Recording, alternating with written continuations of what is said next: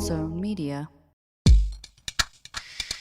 Welcome back to Behind the Bastards, a podcast about the very worst people in all of history. And this week, we are on part 2 of our episodes on Lord Haw-Haw. And this is Reverse Bastards. I am sitting in the guest chair this week, and our host and topic expert is Padraig O'Rourke. Welcome back to the show. Thank you so much for doing this. And yeah, I'm excited to see how this guy becomes the mouthpiece of the German fascist movement in the UK. Thanks very much, Robert. I hope, and thanks for having me back. I'm hoping part 1, your ears aren't bleeding from all my terrible British impressions, and I'm not loading them on too thick. They're much better than mine. My poor wife is upstairs putting the kids to bed, and they can hear me doing the accents. So now both of my sons are like doing their best attempts at posh British accents and terrifying their poor mother. Just absolute hell for her. Absolutely. So she has it in surround sound. Anyway. So we're back for more bastardry.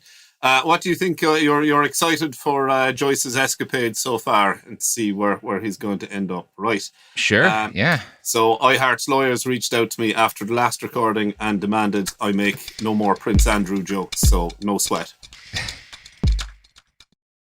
This is an iHeart podcast. Guaranteed human.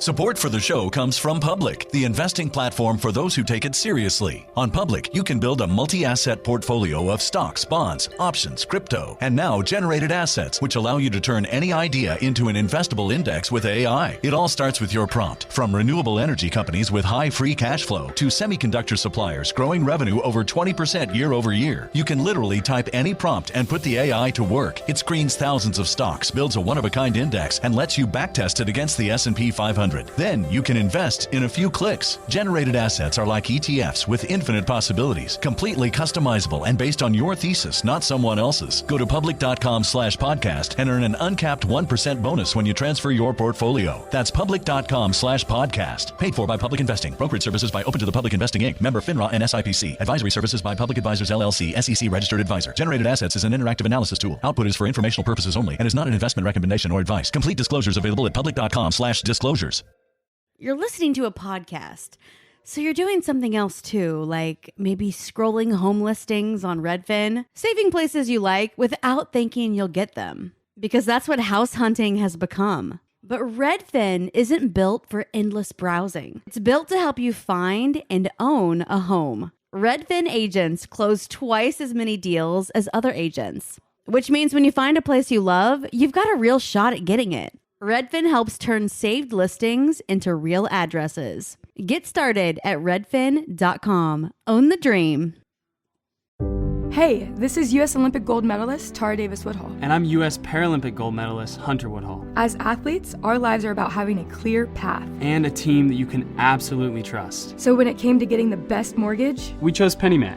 PennyMac is proud to be the official mortgage provider of Team USA and you. Learn more at pennymac.com. PennyMac Loan Services, LLC, Equal Housing Lender, NMLS ID 35953. Licensed by the Department of Financial Protection and Innovation under the California Residential Mortgage Lending Act. Conditions and restrictions may apply.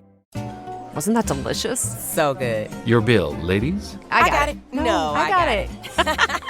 Seriously, I insist. I insisted first. Oh, don't be silly. You don't be silly. People with the Wells Fargo Active Cash credit card prefer to pay because they earn unlimited 2% cash rewards on purchases. Okay, rock, paper, scissors for it. Rock, paper, scissors, shoot. No! The Wells Fargo Active Cash credit card. Visit wellsfargo.com/activecash. Terms apply.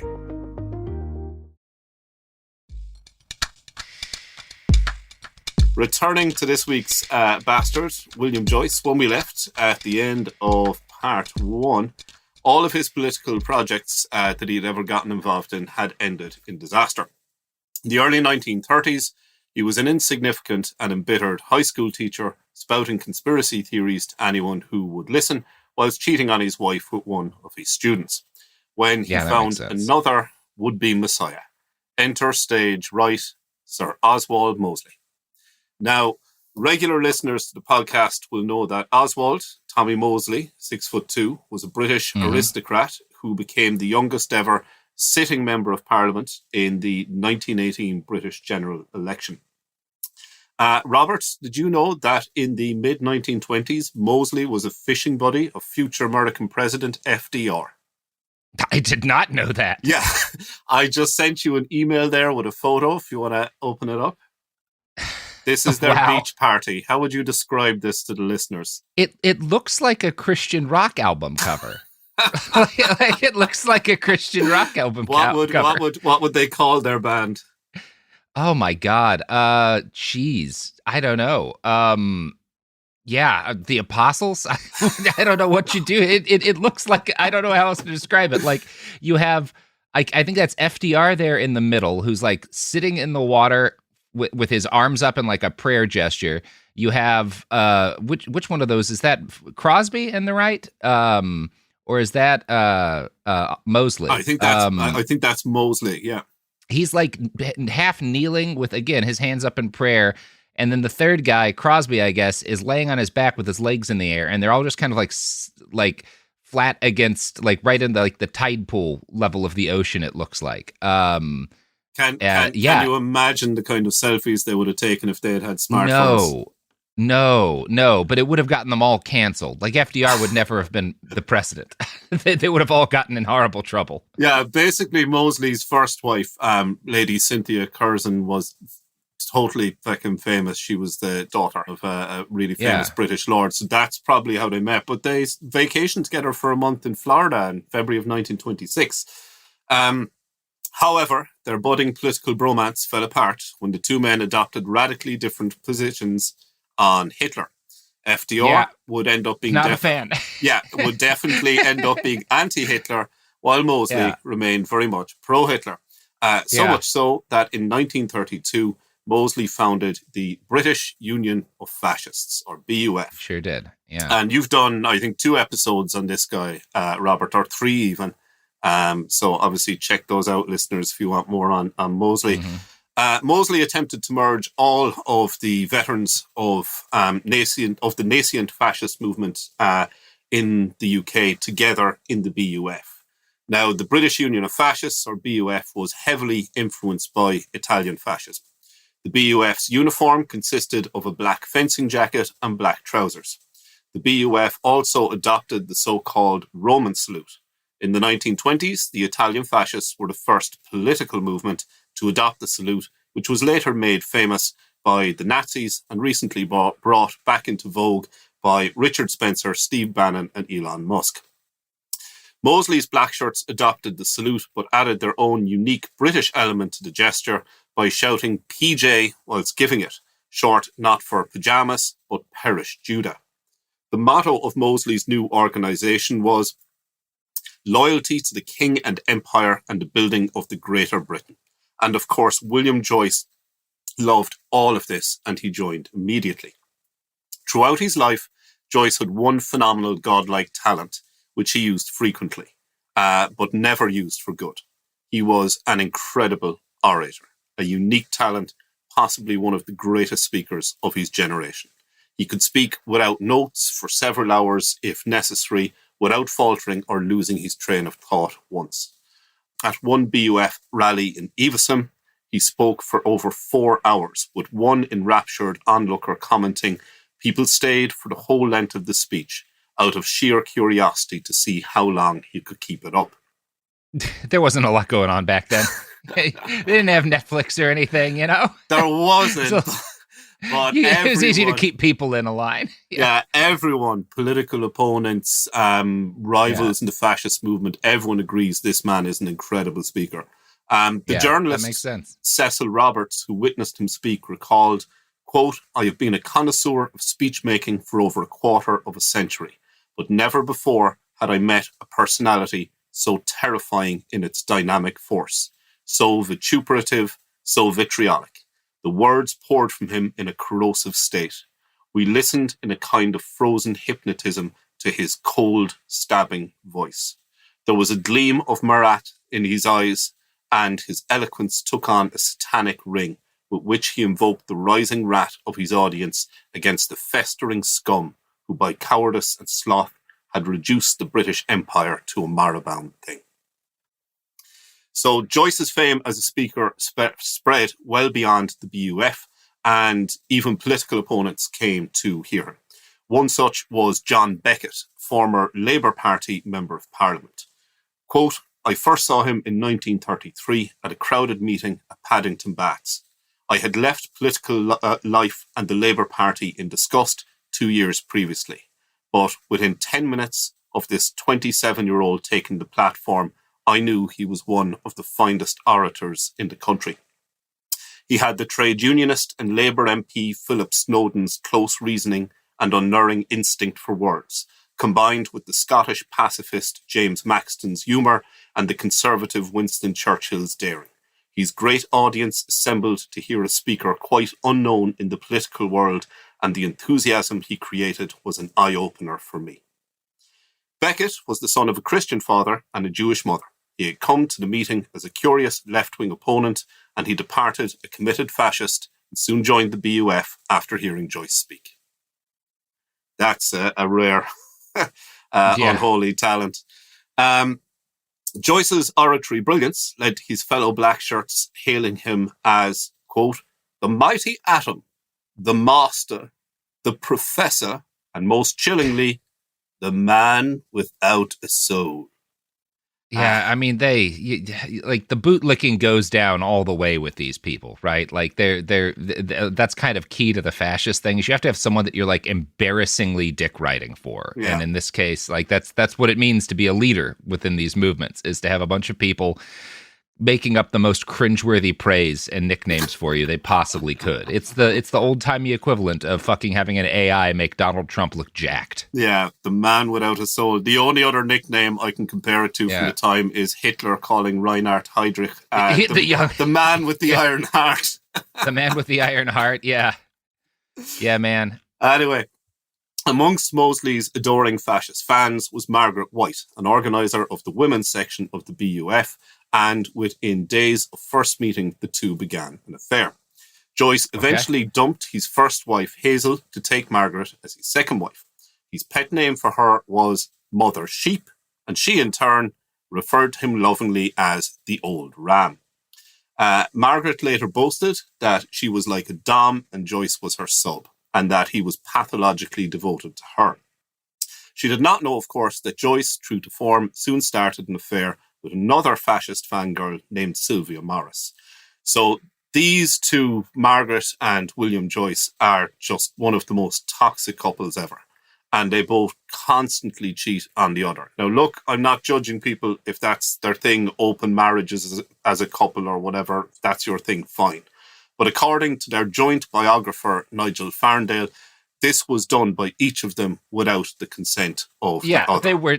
Part of the point was that they were cheating on each other. That was important to both of them, that they be cheating. Yeah. Presumably that gave them the thrill or whatever. She was constantly cuckolding him and altered between pouring affection on him, mocking him, making him sexually jealous and frustrated. He responded by screaming verbal abuse at her, conducting his own illicit affairs, and inflicting occasional bouts of domestic violence on her. The fact that both of them were increasingly dysfunctional alcoholics did not help matters in their very, very fucked up relationship, which just got increasingly worse the longer they were together. Yeah, that scans. That makes sense. Now, sure.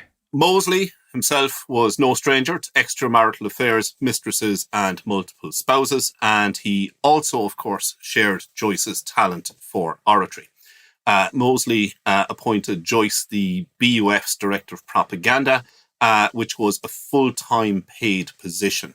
It paid about £300 per year at a time when the average construction worker would have made about £130 per year. So he's doing quite well off. And this allows Joyce to quit his teaching job and devote himself full-time to politics. Mosley, of course, never joined in the adulation for Joyce, even though he respected his abilities.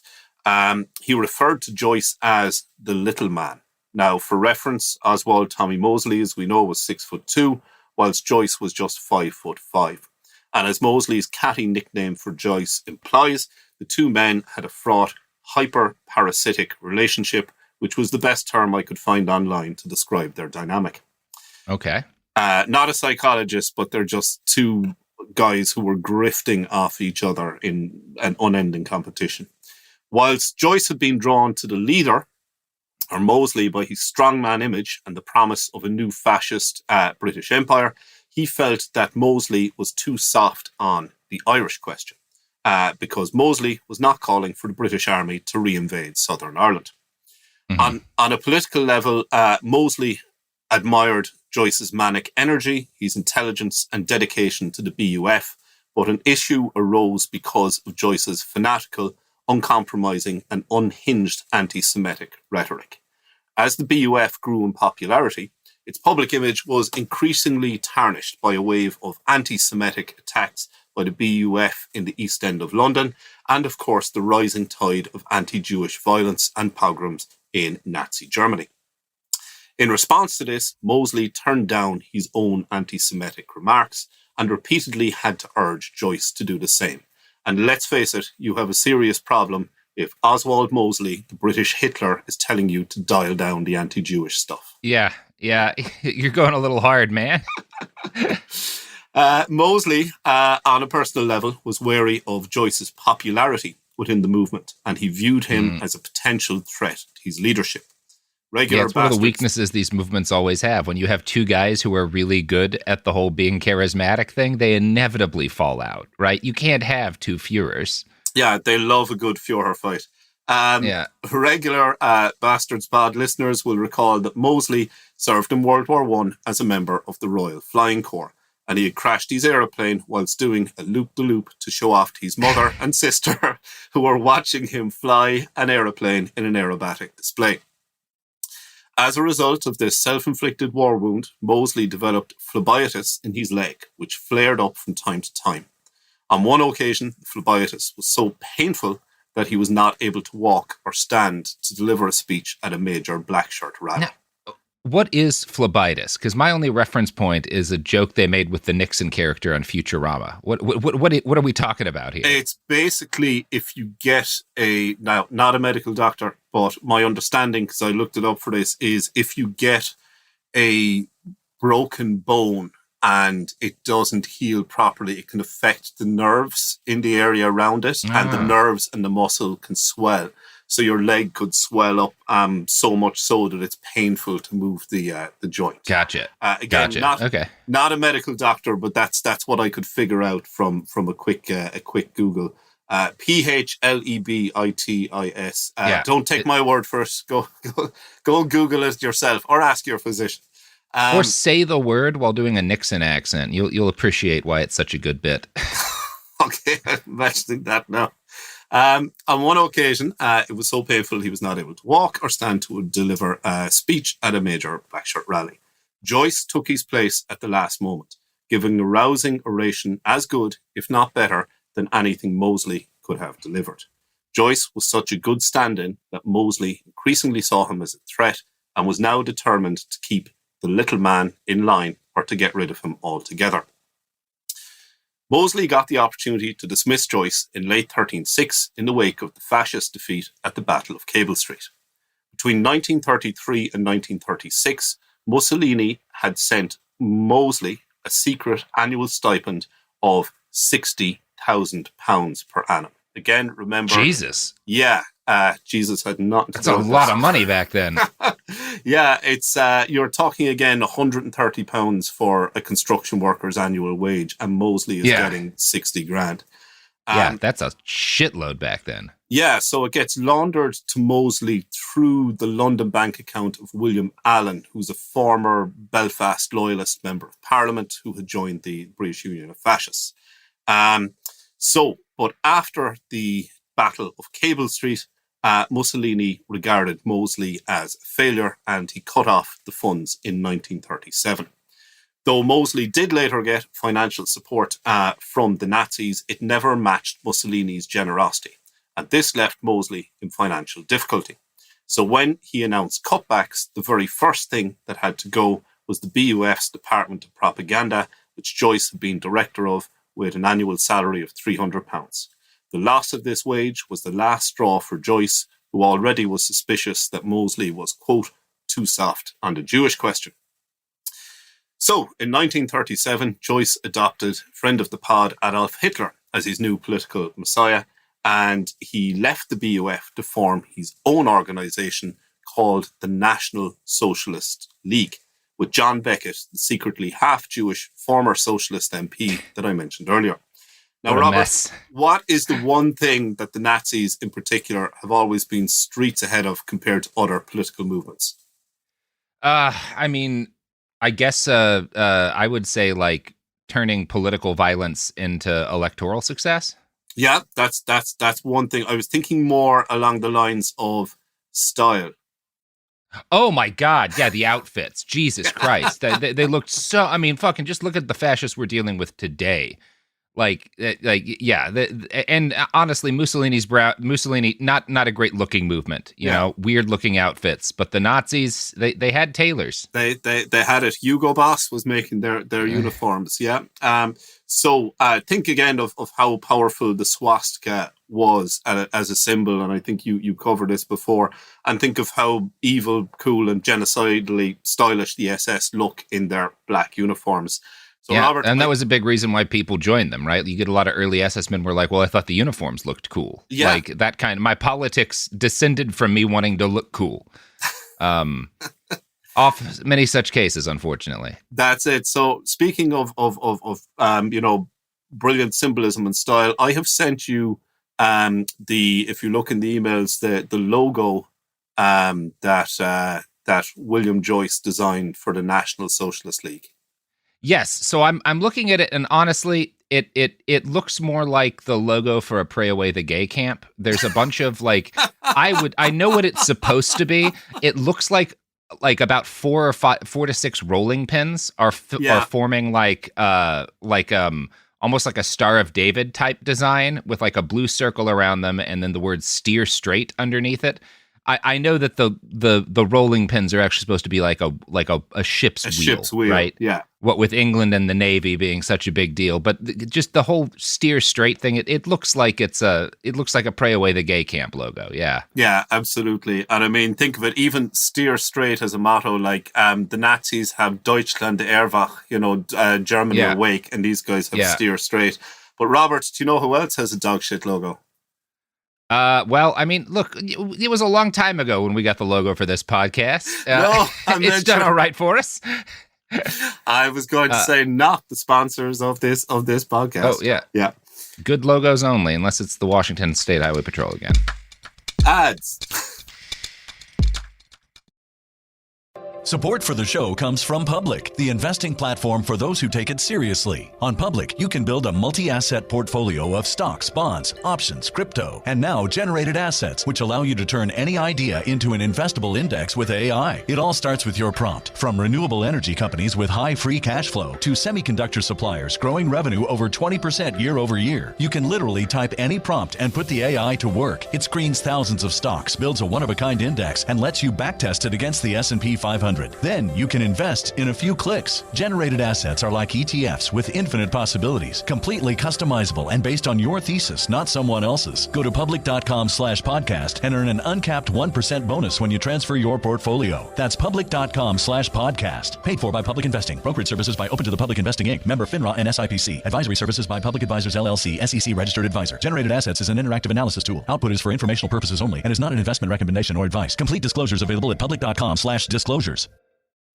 Hey, this is U.S. Olympic gold medalist Tara Davis Woodhull. And I'm U.S. Paralympic gold medalist Hunter Woodhull. As athletes, our lives are about having a clear path. And a team that you can absolutely trust. So when it came to getting the best mortgage, we chose PennyMac. PennyMac is proud to be the official mortgage provider of Team USA and you. Learn more at pennymac.com. PennyMac Loan Services, LLC, Equal Housing Lender, NMLS ID 35953. Licensed by the Department of Financial Protection and Innovation under the California Residential Mortgage Lending Act. Conditions and restrictions may apply. Life gets messy. Spills, stains, pet accidents, and kid chaos. But with Anabay, cleaning up is easy. Our sofas are fully machine washable, inside and out, so you never have to stress about messes again. Made with liquid and stain-resistant fabrics, that means fewer stains and more peace of mind. Designed for real life, our sofas feature changeable fabric covers, allowing you to refresh your style anytime. Need flexibility? Our modular design lets you rearrange your sofa effortlessly. Perfect for cozy apartments or spacious homes. Plus, they're earth-friendly and built to last. That's why over 200,000 happy customers have made the switch. Upgrade your space today. Sofas start at just $699. Visit washablesofas.com now and bring home a sofa made for life. That's washablesofas.com. Offers are subject to change and certain restrictions may apply. Flag football is exploding, and iFlag is leading the way. As the Guinness World Record holder, iFlag hosts premier flag football tournaments nationwide for boys, girls, high school girls, and adults. From first-time players to elite competitors, iFlag delivers top-level competition, unforgettable experiences, and a community built around the game. Ready to be part of it? Join the movement. Find your tournament and learn more at iflag.org. That's iflag.org.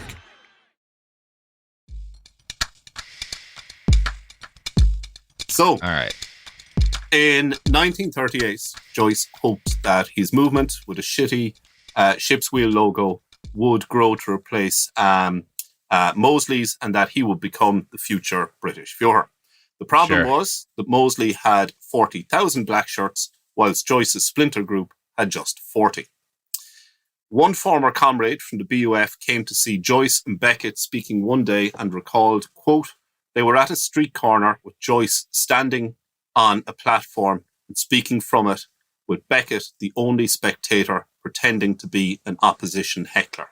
It was their way of trying to attract some controversy and to generate an audience for their open-air meeting. What a terrible come-down it was from the great BUF meetings attended by thousands that I had seen these men speaking at."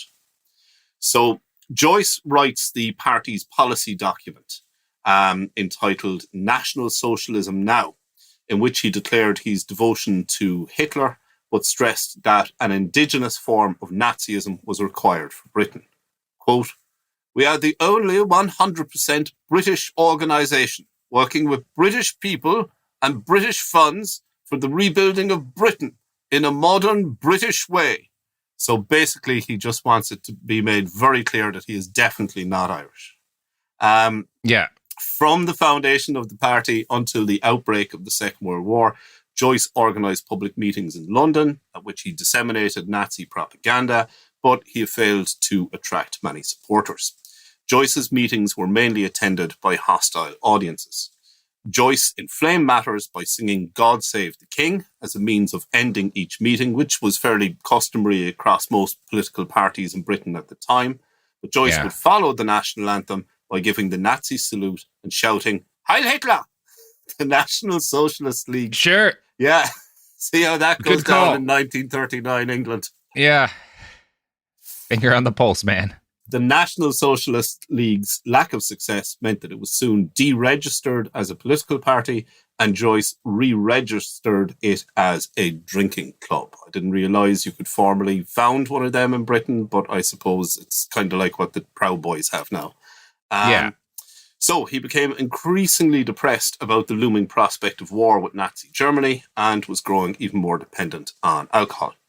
His last public meeting of the National Socialist League in May of 1939 ended in chaos when Joyce stood on stage giving the Nazi salute and repeatedly screaming Sieg Heil before stage diving into his audience in an attempt to punch a heckler. Joyce was brought to court twice for assault, but neither case ever proceeded to trial. Sounds like a screwdriver gig or something. In the autumn of 1939, as the threat of war with Nazi Germany loomed, the British government passed Regulation 18B to allow for the internment without trial of potential fascist fifth columnists. On the afternoon of 24th of August 1939, Joyce received a phone call warning him that his internment had been approved and that MI5 had been ordered to arrest him within 48 hours. It is widely believed that the tip-off to Joyce had come from Maxwell Knight, the head of MI5, who not only was the main source of inspiration for the character M in Ian Fleming's James Bond series, he was also a former friend and comrade of Joyce's from their time together in the early years of the British fascisti. Joyce simply picked up the receiver and listened to the caller for some minutes without replying. He and his second wife, Margaret, then immediately left for London. When Special Branch of the London Metropolitan Police raided his flat 4 days later, they found Joyce's mother, Gertrude, and his mistress, Sylvia Morris, both of whom he had chosen to abandon, along with his 2 daughters, who he would never see again. Because just 1 week later, when Britain declared war on Nazi Germany, Joyce was already safely in Berlin looking for a way to serve the Nazi war effort. William and Margaret Joyce arrived in the Third Reich without a plan. Joyce had not been in contact with the Nazis beforehand, and unlike Mosley's BUF, the Nazis had no idea who this guy was. The Joyces were quickly running out of money, and for a while it looked as if they would be interned as enemy aliens. But luckily for Joyce, some other British Nazi sympathisers had fled to Germany earlier and had established close ties with the Nazi regime. Through this network, Joyce got a job broadcasting propaganda to Britain. During World War II, the Nazis set up dozens of radio stations in a multitude of languages broadcasting all over Europe. For example, Nazi propaganda was broadcast in minority indigenous languages such as Irish Gaelic, Scots Gaelic and Welsh, in the hope of encouraging separatists in Northern Ireland, Scotland and Wales to rebel against the English-dominated British government in London. Joyce was given a job broadcasting in English to the populace of Britain and Ireland. Each night, he bombarded his audience with anti-Semitic propaganda and assured them of the impending victory of Nazi Germany and urged the British to seek peace terms. His broadcasts always began the same way. I think we have a recording there, the first one, of how it starts. If no people haven't heard it before. Germany calling, Germany calling, Germany calling. Here are the Reichs in ambush. Station Bremen and Station DXB on the 31-meter band. You are about to hear our news in English. The British Ministry of Misinformation has been conducting a systematic campaign of frightening British women and girls about the danger of being injured by splinters from German bombs. The women have reacted to these suggestions and alarms by requesting their milliners to shape the spring and summer hats out of very thin tin plate, which is covered with silk, velvet, or other draping material.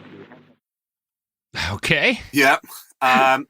So this was unbelievably successful at the time. Listening to Joyce's pro-Nazi broadcasts in Britain was not illegal, but it was very much discouraged. Nonetheless, his broadcasts were, as I said, a phenomenal success. At a time when official BBC news broadcasts had a radio listenership of 18 million listeners nightly, Joyce had a listenership of 9 million. Okay. Joyce Jesus. So he's kind of giving the people what they want. It drew a large audience in part because it usually had more accurate war news than the heavily censored BBC. I mean, this guy can say anything he wants once it causes chaos in Britain. So he entertained them with humour at a time when BBC broadcasts were strictly scripted, stuffy and fairly boring. But most of all, he terrorised his fascinated listeners by sowing fear, doubt and demoralising rumours aimed at undermining the British war effort. So at a time when there were thousands of British men serving in the Royal Navy or flying against the Luftwaffe in the RAF, the BBC refused to report any war losses out of fear of demoralising the nation and undermining the war effort. Right. In an effective effort to fill this vacuum, Joyce regularly broadcast nightly lists of dead and captured British servicemen, and of course millions of people tuned in to learn if their husbands, sons, fathers and brothers were mentioned. Oh, God, that's bleak. I mean, it's why also that's a bad propaganda idea, just pretending like nothing's bad happening while you're fighting a war. Like, people will be aware that things are like, you know, they'll stop hearing from their loved ones. They'll see that like the notes are going out to neighborhoods in town. Like, you can't hide that sort of shit, really. Yeah, and this is one of the things he does. Like, his most famous kind of catchphrase, one of the big British battleships is the Ark Royal. And of course, the guys on board it can't send home, you know, mail and stuff and there's all kind of security, OPSEC, things, they can't report much about it or what it's doing, or even if it's still afloat or if it's been sunk. So Joyce's catchphrase that he'd repeat every few episodes was, "Where is the Ark Royal? Where is the Ark Royal? You don't know, but we do, and we can sink it any time we choose." So he also specializes in informing, think of what's happening in the early stages of the war. It just looks like rolling Nazi victory after Nazi victory. And he's happily broadcasting accurate information about it. And this is terrifying people in Britain. And he's saying stuff like, the invasion is coming. Hitler, the time, the hour, the place, these are Hitler's secrets. But bear in mind, he is coming. We'll be with you. I'll be broadcasting from London soon. He also knew Britain very well because he had travelled all over England making speeches at different fascist rallies. And he exploited his brilliant photographic memory to strike fear into people. So he might broadcast to some English town saying, "Dear listener in Sophie's Town, Robertshire, where Miss Smith serves tea in the Yellow Door Cafe, where the mallards swim in the duck pond off the village green, and the town hall clock runs 3 minutes slow." And of course, this made it seem like he had a local secret Nazi spy, or that he had just parachuted in yesterday because he's describing the place so well, when in fact he hadn't been there for years. And of course, there's a very good chance that one thing that keeps coming up in his listeners is the detail about the clock being 3 minutes slow. And of course, there's a very good chance that somebody locally had a watch that's 3 minutes fast. And they look at the town hall clock and think, fuck, he's right. Or else the town hall clock is 2 minutes slow and people ignore the discrepancy when they're down the pub. Or else somebody spread a conspiracy theory saying, but the clock was 3 minutes slow yesterday, but then the Home Guard were sent in to synchronize the time to undermine Joyce. And of course, all these rumors spread and it creates sheer panic. And there are some verified cases of Joyce's listeners actually being so terrified of his shows and the prospect of an immediate Nazi invasion that they commit suicide. Joyce would announce that a specific armaments factory in some city would be bombed the following night. And of course, what happens is it might be bombed coincidentally. He doesn't know what the Luftwaffe are planning. Or it might be bombed 5 nights later. And again, people forget the discrepancy. It's like Alex Jones' predictions. People just remember the hits and forget all the misses he has. Or munitions workers will listen to the broadcast and they just won't turn up at work the next day because they don't want to be bombed. And then the factory has to close. So the rumor goes out that, it's been closed and that's why the bombing raid didn't arrive. So basically, panic, fear, and rumor filled the vacuum of information left in the wartime censorship. And that's, of course, what fascism thrives on, on fear. Fear, isolation. Yeah, and he's so successful that the British government actually considers blocking the cross-channel radio signal. But the problem is, if they broadcast or block his incoming broadcasts, they're also stopping their outgoing broadcasts and communications with the Royal Navy, the Royal Air Force, the OSS and the French Resistance and so on. So they can't do anything about it. And for the first few years of his broadcast, Joyce remained completely anonymous. His nasal tone earned him the nickname Lord Haw-Haw because of his perceived haughty, posh Mayfair accent. Now, Joyce, we don't know what kind of accent this guy had as a kid. Because remember, he's born either in America or in Ireland. His father is Irish. His mother is English. And when he comes to Britain and starts making political speeches, I mean, he was from Galway. I'm from County Clare, which is the next county down. So you couldn't stand on a stage in Britain to give a political speech to the Conservative Party with my accent. It would jar with people. So he basically gets received pronunciation lessons, and that's where the accent seems to come from. There's a myth that you'll find online, and it's popular in Galway. That remember I said in episode 1 about how he used to make speeches against the IRA and against Bolshevism and stuff. And yeah, he was supposed to have gotten into a lot of fights. So there's a myth about it that some other kid broke his nose so badly that he had a nasal tone for the rest of his life, which is a great Not story. impossible. Not impossible. Well, I talked to, as in-depth research for this, I phoned up a friend of mine who's a consultant ophthalmologist, and he said no. That is not really possible. And even if you can find early accounts of William Joyce, he always seemed to have a kind of nasal or high voice, even from his something early people years. always talked about him being. Nice story. You can still believe it. Yeah. You can still believe it. Anyway, eventually, when a Nazi victory seemed inevitable in 1941, Lord Haw-Haw, as he was known, outed himself on air as William Joyce, ending years of feverish speculation as to his identity. People didn't know. And actually the term Lord Haw-Haw got applied. It's kind of like the Dread Pirate Roberts. It gets applied to several different speakers, but Joyce is the guy who becomes Wesley. He's the guy who goes on to kind of personify it. But the tide of war, of course, after he outs himself, and the tide of public opinion soon changed.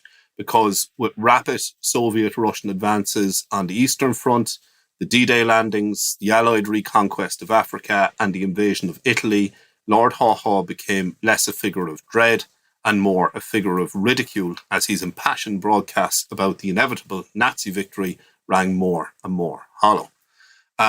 So Looney Tunes produced a cartoon called Tokyo Jokyo as a piece of propaganda, and is mocking the Japanese, but also features Joyce as Lord Haw-Haw, depicting him as a braying Nazi donkey at a microphone.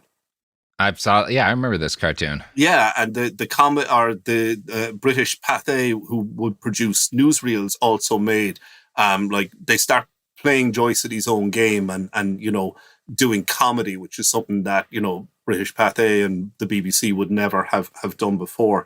But they have nasty Nazi news featuring Lord Haw-Haw, and they depict him as a wealthy buffoon in the comedy clips, going around saluting Hitler's picture on the wall and all this kind of stuff.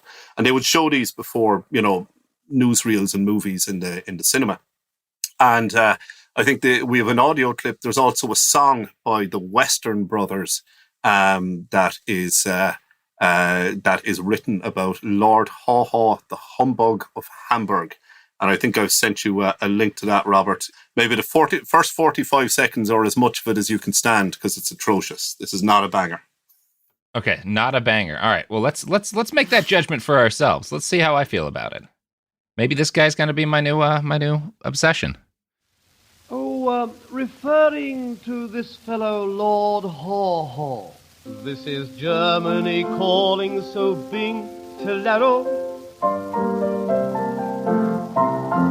Who is the chap who hits the high spot? The greatest comedian now of the lot. The definite radio star number one. The life of the party, the bundle of fun. Lord Haw-Haw, the humbug of Hamburg. The bloke with the tonsils and tone. His Homburg he raises in Hamburg. His top lip is quite overgrown. And yet, in the winter, it's rather pathetic. He's frozen to death 'cause his pants are synthetic. Lord Haw-Haw, the humbug of Hamburg. Well, do you think you could have someone drop some beats behind this? And yeah, you could remix that into something good. No, you that also reminds me. But you mentioned Pathé, which distributed a movie. It's one of my favorite fringe little British comedies that has some fake comedy music bits like this in there that's made to sound like it's stuff from the 40s. There's this film called Churchill, the Hollywood Years with Christian Slater and Nev Campbell, where Christian Slater plays Winston Churchill.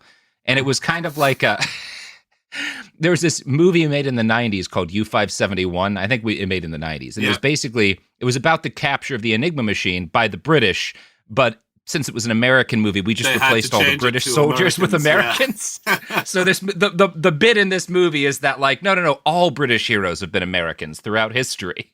You know, like it's a grand conspiracy to convince the British that they can have heroes, but it's really just Americans the whole time.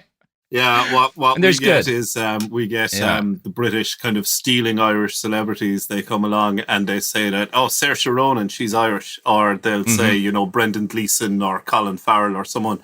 And the award-winning Irish actress, Brenda Fricker, said, when you win an Oscar, they call you British. And when you're drunk in an airport, they call you Irish. You know, they've only ever called... Daniel Day-Lewis's mother in My Left Foot. That's the movie she won an Oscar for. Oh, okay. Yeah, good. Yeah. So check I think we need to take our revenge by just stealing successful British actors with no Irish heritage like Benedict Cumberbatch and just refer to him as one of ours. I would say you guys are already ahead because you have Colm Meaney, obviously one of the greatest actors of all time. Chief O'Brien, yeah. Chief O'Brien. He also beat the absolute shit out of James Bond in the movie Layer Cake. Just really absolutely annihilated him. Yeah.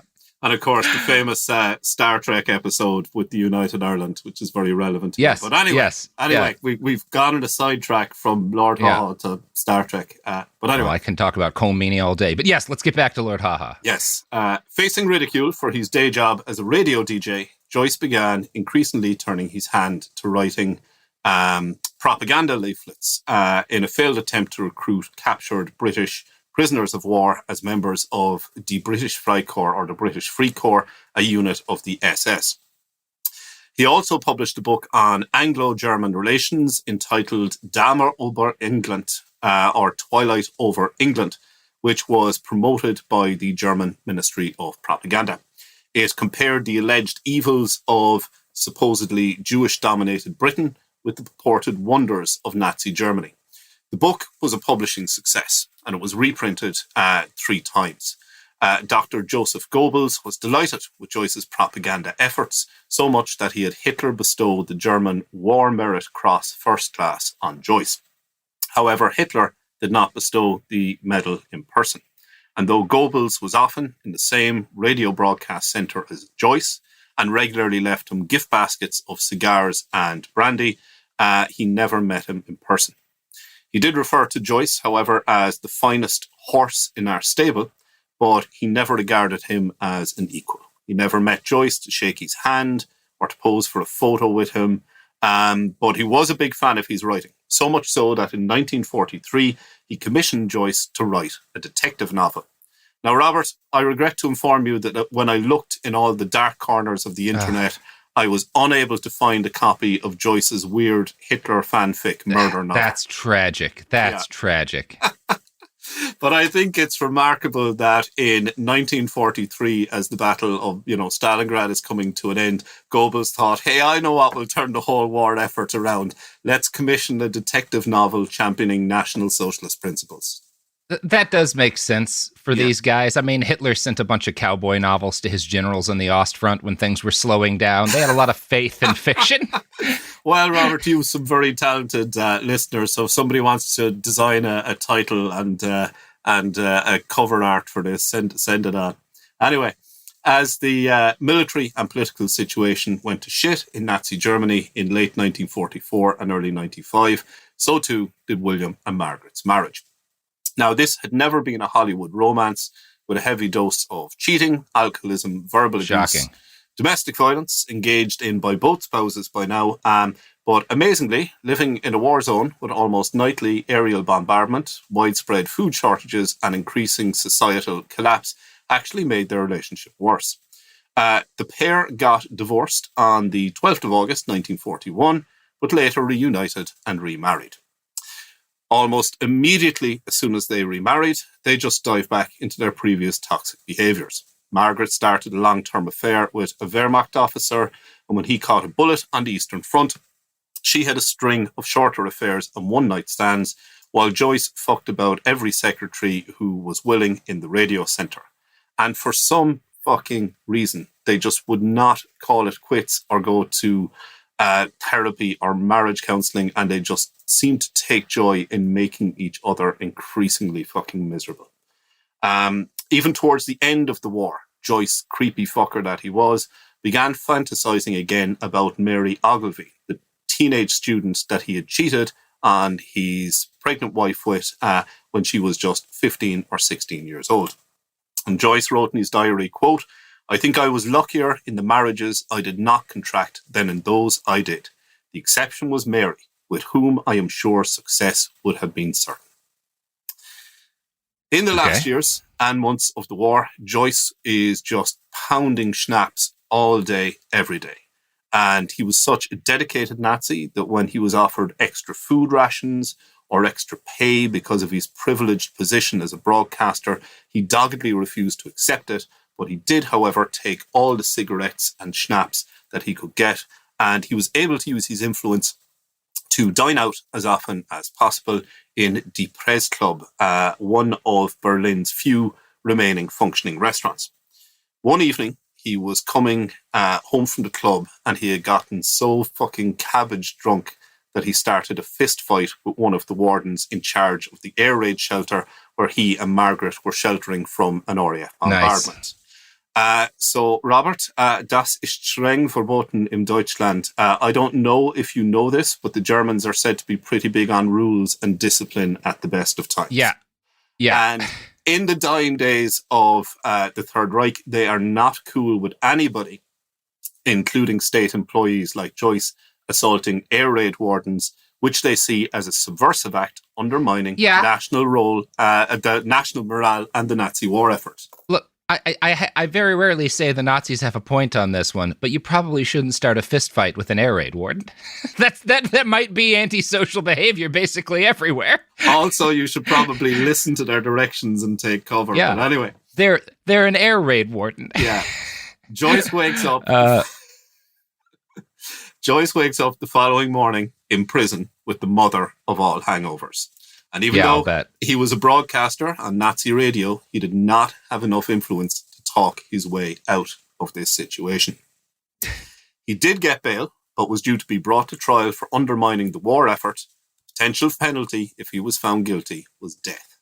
But Joyce's case did not go to trial because the night before he was due to appear in court, the RAF did him a favour of killing the judge and obliterating the court records in an air raid, leaving Joyce free to return to the airwaves for the remainder of his increasingly pointless broadcasting career. So this is the second time that Joyce has escaped a death sentence. But he really owes the RAF a favour here. Yeah. But his luck is about to run out. But Robert, do you know whose luck won't run out? Our sponsors. No, absolutely not. Never. Absolutely. I remember your old ad pivot and the joke you had about the child hunting island with Blue Apron. Yeah, but you would always, that got us in trouble. You would always beep out Blue Apron. But for me, listening in Ireland, I wasn't familiar with Blue Apron. And it's the exact same length of time and syllables starting off. I always thought you were saying Bill Clinton's child hunting island. If you type Bill Clinton, Blue Apron. If these emails have taught us anything, it's that he used someone else's child hunting island. He didn't maintain his own. That's not the way it works when you're the president. Support for the show comes from Public, the investing platform for those who take it seriously. On Public, you can build a multi-asset portfolio of stocks, bonds, options, crypto, and now generated assets, which allow you to turn any idea into an investable index with AI. It all starts with your prompt. From renewable energy companies with high free cash flow to semiconductor suppliers growing revenue over 20% year over year, you can literally type any prompt and put the AI to work. It screens thousands of stocks, builds a one-of-a-kind index, and lets you backtest it against the S&P 500. Then you can invest in a few clicks. Generated assets are like ETFs with infinite possibilities, completely customizable and based on your thesis, not someone else's. Go to public.com/podcast and earn an uncapped 1% bonus when you transfer your portfolio. That's public.com/podcast. Paid for by Public Investing. Brokerage services by Open to the Public Investing Inc. Member FINRA and SIPC. Advisory services by Public Advisors LLC. SEC registered advisor. Generated assets is an interactive analysis tool. Output is for informational purposes only and is not an investment recommendation or advice. Complete disclosures available at public.com/disclosures.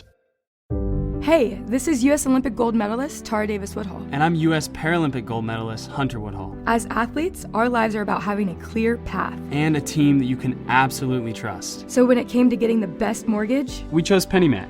PennyMac is proud to be the official mortgage provider of Team USA and you. Learn more at pennymac.com. PennyMac Loan Services, LLC, Equal Housing Lender, NMLS ID 35953. Licensed by the Department of Financial Protection and Innovation under the California Residential Mortgage Lending Act. Conditions and restrictions may apply. Tired of spills and stains on your sofa? Wash away your worries with Anabay. Anabay is the only designer sofa that's machine washable inside and out, starting at just $699. Plus, Anabay sofas are pet-friendly, stain-resistant, and feature changeable slipcovers and modular pieces. Get up to 60% off site-wide with a 30-day money-back guarantee. Visit washablesofas.com to get yours now. That's washablesofas.com. Offers are subject to change, and certain restrictions may apply. Flag football is exploding, and iFlag is leading the way. As the Guinness World Record holder, iFlag hosts premier flag football tournaments nationwide for boys, girls, high school girls, and adults. From first-time players to elite competitors, iFlag delivers top-level competition, unforgettable experiences, and a community built around the game. Ready to be part of it? Join the movement. Find your tournament and learn more at iflag.org. That's iflag.org.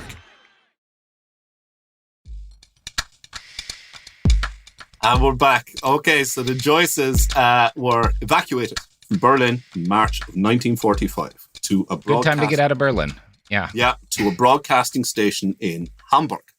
And by April of 1945, it was clear to pretty much everyone that the Nazis had lost the war. But Joyce continued to broadcast every night. He was repeatedly assured that he would not be captured by the Allies because the Nazis would take him and Margaret by submarine to Ireland, which had remained neutral during World War II. The reality was that Hitler had a very packed schedule in April and May of 1945. He was running a government, fighting a war on two fronts, planning his 56th birthday party. He had to get his favourite dog put to sleep. He was planning his wedding and 2 funerals. So he probably did not know who Joyce was, and any available submarines they had were being loaded with gold bars and looted Renaissance masterpieces. And if they were going anywhere, it was to South America with senior Nazis on board and not sailing to Ireland to save the Joyces. Yeah. Joyce made his final broadcast on the 30th of April, 1945, the same day as Hitler's suicide. Joyce's last broadcast was a rambling monologue during which he was so rubber drunk that he slurred his words repeatedly and struggled to string sentences together. Joyce used this last opportunity to admonish Britain for declaring war on Germany and warned of the global menace that the USSR posed to the whole world. So again, thankfully, our recording of this survives. Do you just want to play, I think, the last 45 seconds of it, Robert? A tremendous, world-shattering conflict is being waged. Good. I would only say that the men who have died in the Battle of Berlin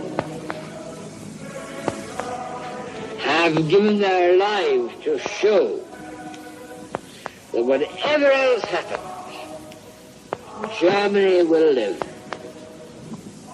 And therefore I say to you, in these last words,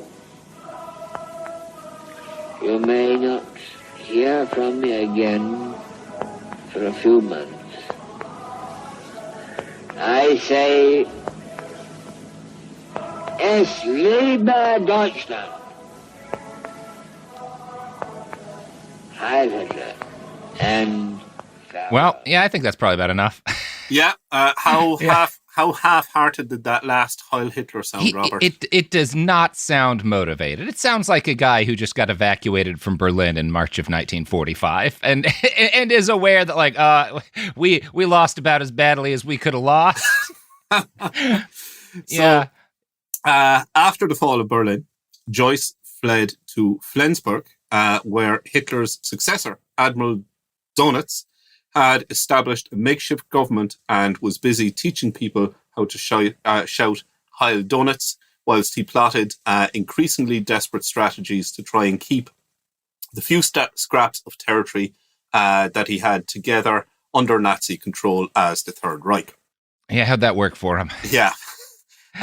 4 days after Joyce made his last broadcast, Nazi Germany surrendered and the British Army took control of the Hamburg Broadcasting Centre.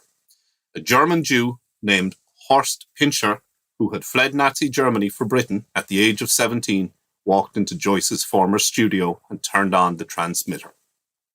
Lieutenant Pinscher had survived the D-Day landing and was present at the liberation of Belsen. He picked up Joyce's old microphone and made this broadcast, quote, "This is Germany calling for the last time from Station Hamburg.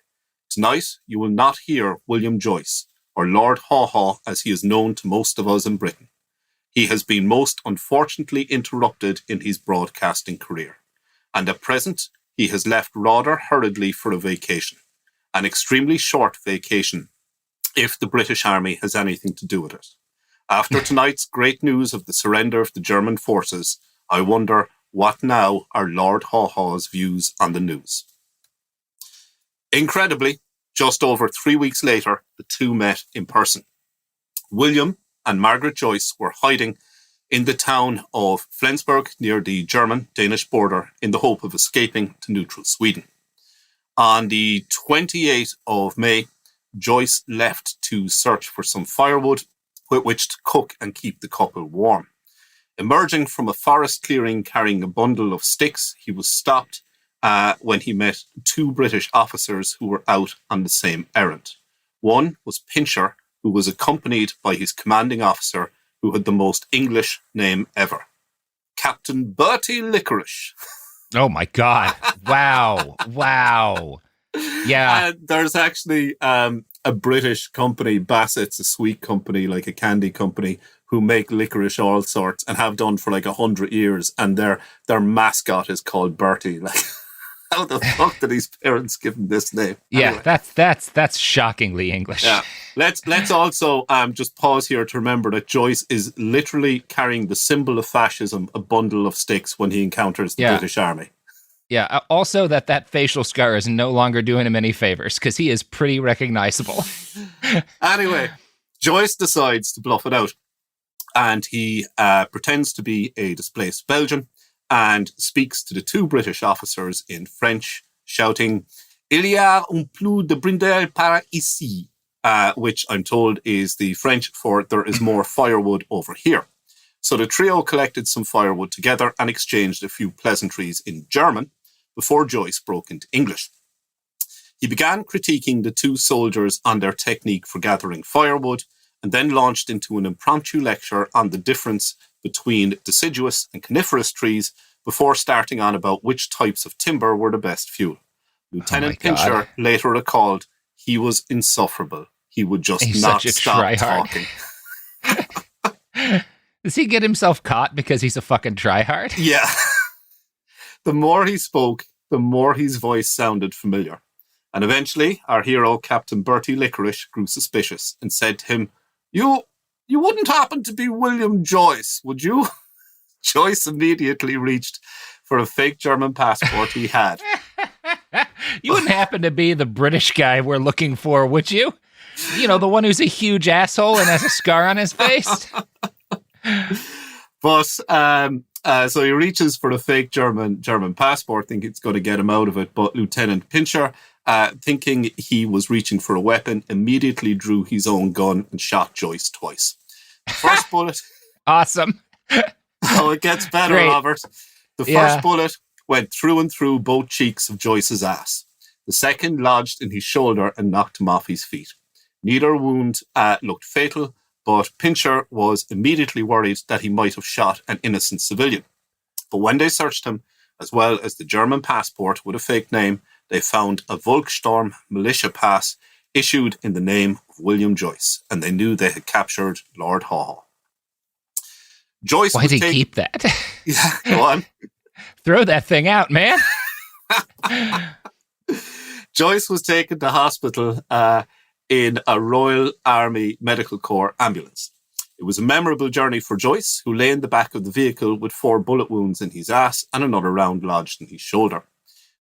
Couldn't have happened to a nicer guy. It gets better. When the ambulance driver discovered who the wounded patient he had was, he drove as hard and as fast as he could, deliberately aiming the wheels of his vehicle at every rut. At every rut. At every rut, pothole, and shell crater he could find. Meanwhile, Lieutenant Pincher, who was guarding the wounded prisoner in the back of the vehicle, took great delight in revealing to him that the British Army officer who had shot him was in fact not an English Christian, but a German Jew.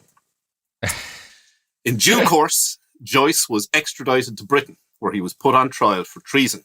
Now, Joyce was extradited the day after the Felony Treason Act, which was a medieval law, had been updated to make his prosecution more likely. A legal issue arose because of a lack of evidence. BBC had only kept transcripts and recordings of Joyce's Lord Haw-Haw radio broadcasts in the latter stage of the war. And Joyce became a German citizen in 1942. So after that point, his support for Nazi Germany couldn't legally be considered treason. They managed to find a police officer who claimed he had heard Joyce broadcasting in 1939 and had previously heard him at fascist meetings, so he could identify the voice. But the problem is that's hearsay evidence. They couldn't play the recording in court. Matters were further complicated by the fact that Joyce was now claiming American citizenship. And of course, the USA had been neutral until 1941. The British government's prosecution lawyer, however, was able to prove that Joyce had sworn allegiance to the British king when he joined the British Army to escape from Ireland in 1922.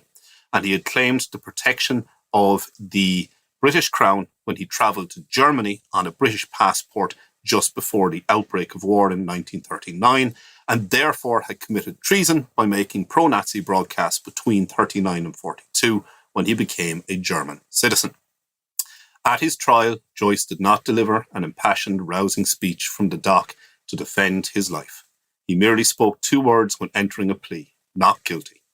After the death sentence was passed, he merely smiled and bowed his head, but otherwise remained silent. Joyce's last recorded words were mailed to his friend, John McNabb, who had been a member of the National Socialist League. Quote, "I do not, in the most infinitesimal degree, regret what I have done. For me, underlined, there was nothing else to do. I am proud to die for what I have done. I shall not die in vain, and suspect my service in dying may be greater than my service in living. May it be so." So a Nazi to the end. Yep. There is another cool story about him that when they hanged him, that the facial scar actually burst open because of the pressure, which is a very cool story. And I was going to include, but again, until I talked to my friend, the consultant ophthalmologist, and he said, no, scar tissue was incredibly strong. There is no way that happened. Yeah, you'd have to get something like scurvy or whatever to have that happen. Again, great story. There's loads of these myths about Joyce everywhere. But anyway, Joyce was executed by hanging at Wandsworth Prison on the 3rd of January, 1946. If he made a speech from the gallows, it was not recorded by his executioner, Albert Pierpoint, who had also executed Irma Gries and other Nazi war criminals convicted at Nuremberg.